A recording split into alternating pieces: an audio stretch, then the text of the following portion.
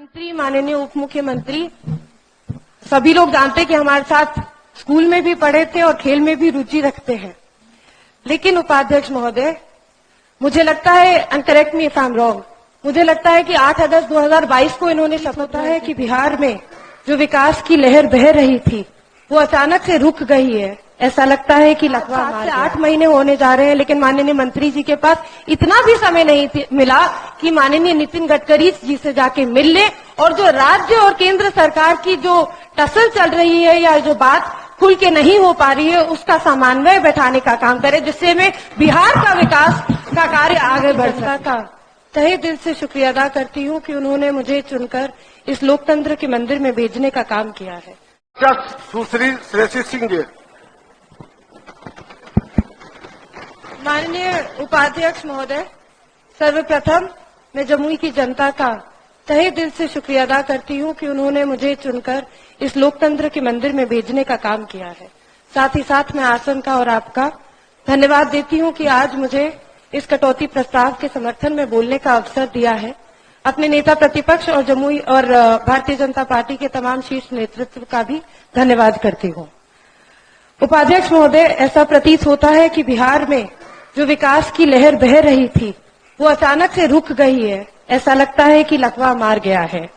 आज राज्य सरकार की उपलब्धि का अगर हम आकलन करेंगे तो पता चलता है कि केंद्र सरकार से बनाए जा रहे नेशनल हाईवे सिर्फ वही रह गया है राज्य सरकार के पास दिखाने के लिए। मैं माननीय मंत्री पथ निर्माण भारत सरकार का तहे दिल से शुक्रिया अदा करती हूँ कि बिहार में उन्होंने ये कार्य करने का काम किया है और साथ ही साथ ये सुझाव देती हूँ कि हमारे जो माननीय मंत्री राज्य सरकार है वो उन्हें अपना प्रेरणा स्रोत मानकर स्टेट हाईवे और मेजर डिस्ट्रिक्ट रोड का भी काम इसी तरह से आगे बढ़ाए। उपाध्यक्ष महोदय, माननीय सदस्यों ने, माननीय संजय भैया और प्रमोद जी ने अपनी बात बहुत ही मजबूती से रखी। उस बात का मैं ज्यादा विवरण नहीं करूंगी, लेकिन ये जरूर बताऊंगी कि बिहार में इस वक्त 3500 किलोमीटर लंबे नेशनल हाईवे या तो बन रहे हैं या उनका चौड़ीकरण का काम चल रहा है। साथ ही साथ केंद्र सरकार के भारतमाला परियोजना के अंतर्गत बिहार में 650 किलोमीटर लंबे राजमार्ग का निर्माण कार्य जारी है। पूर्वी और पश्चिमी बिहार को जोड़ने के लिए 5 जगह पर 4 लेनिंग का काम चल रहा है। उत्तर और दक्षिणी बिहार को जोड़ने के लिए 6 जगह पर 4 लेनिंग की परियोजनाएं चल रही हैं। साथ ही साथ अध्यक्ष महोदय, आपको याद दिला दें कि प्रधानमंत्री के पैकेज के अंतर्गत 54,000 करोड़ और भारतमाला परियोजना के तहत 62 करोड़ यानी कि टोटल 1,16,000 करोड़ के आसपास की राशि दी गई है, जिससे विभिन्न राष्ट्रीय उच्च पथ का उन्नयन कार्य चल रहा है।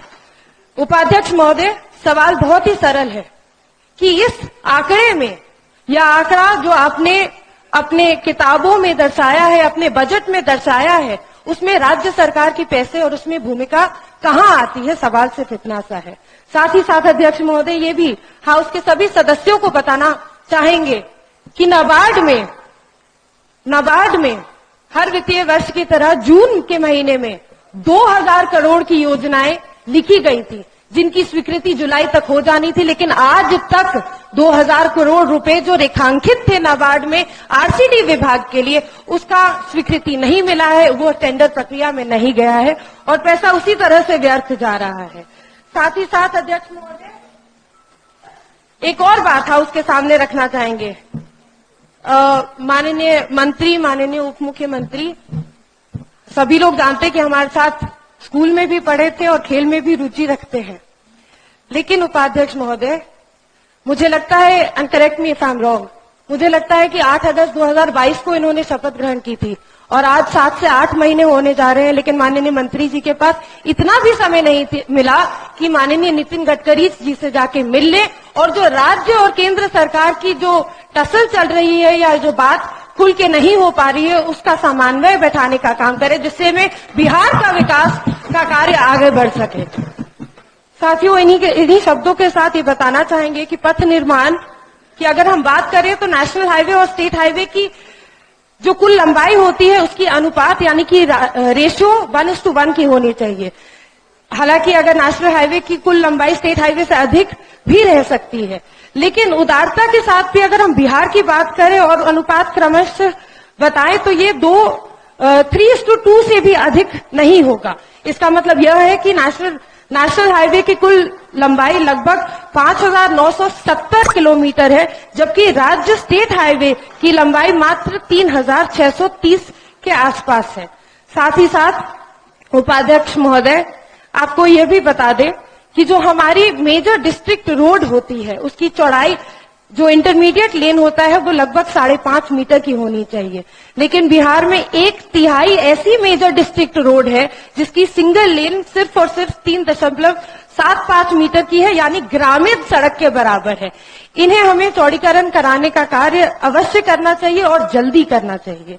साथ ही साथ उपाध्यक्ष महोदय, जो आज सबसे बड़ी दिक्कत बिहार में मुझे दिखाई देती है वो यह है कि हम रोड बना देते हैं, हम पुल बना देते हैं, लेकिन अप्रोच रोड नहीं बन पाती है।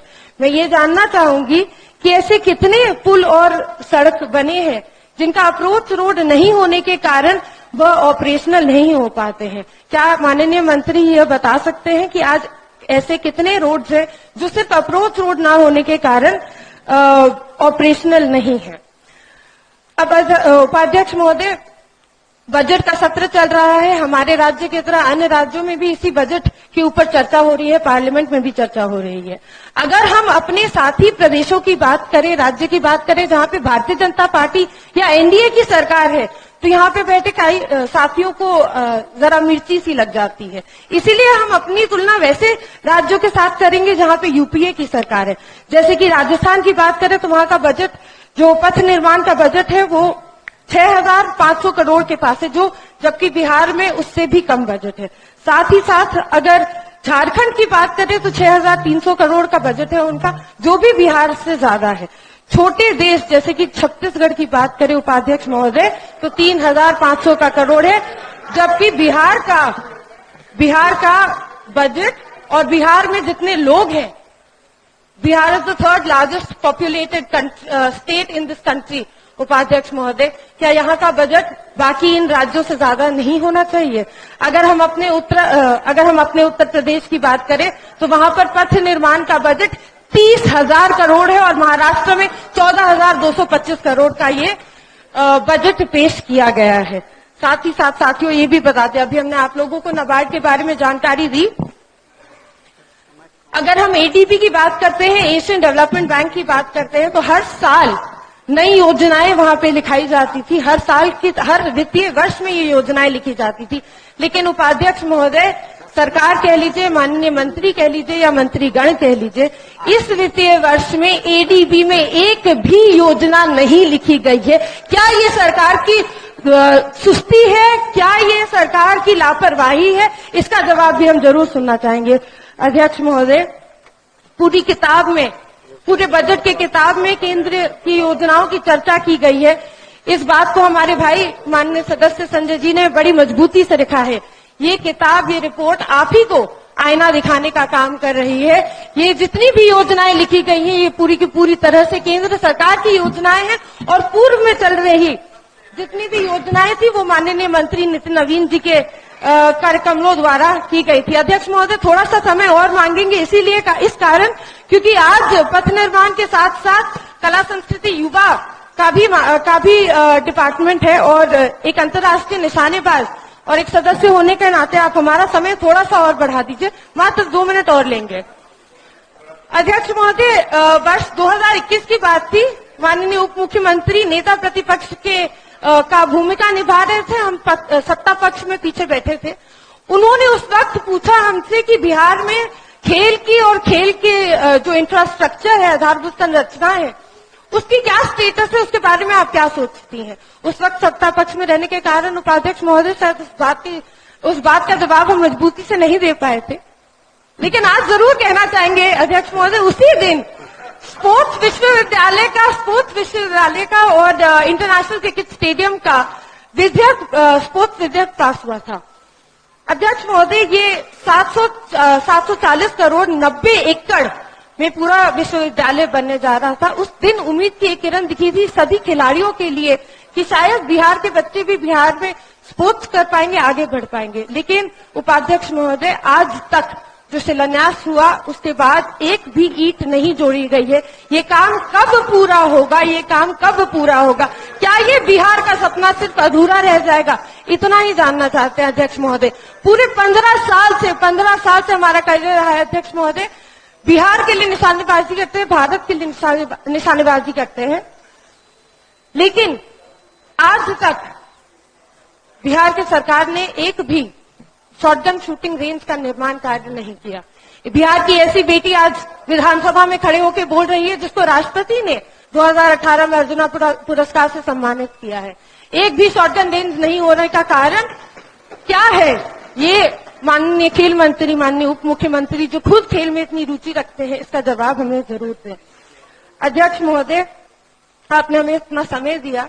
इन समय के साथ एक लाइन, क्योंकि माननीय सदस्य शकील जी कुछ नमक की बात कर रहे थे, तो मैं भी उनको बोलना चाहूंगी। ना बोला वंदे मातरम, ना बोला वंदे मातरम, सरेआम हो गए, खाया वतन का नमक और आज नमक हराम हो गए। इन्हीं शब्दों के साथ बहुत बहुत धन्यवाद। जय हिंद, जय बिहार। माननीय सदस्य श्री अकरुल इस्लाम शाहीन।